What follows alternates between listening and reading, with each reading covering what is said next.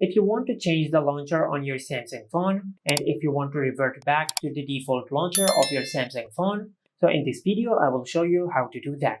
First of all, let's download a launcher from Google Play Store. You can download any launcher. For example, I will download this launcher on my Samsung phone. Then tap on Open. Now just set up this launcher. Tap on Continue. Select while using the app and give all the necessary permissions. Now for example, I will set this launcher as the default launcher of my Samsung phone.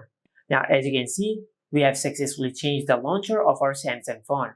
Now to change the launcher of your Samsung phone back to the original launcher, just open the Settings app. Then tap on Apps.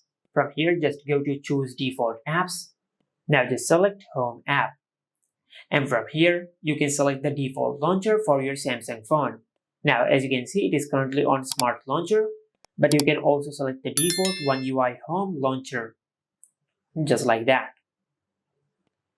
And this is how you can change the launcher on any Samsung phone. Make sure to like, comment, and subscribe. Thank you for watching.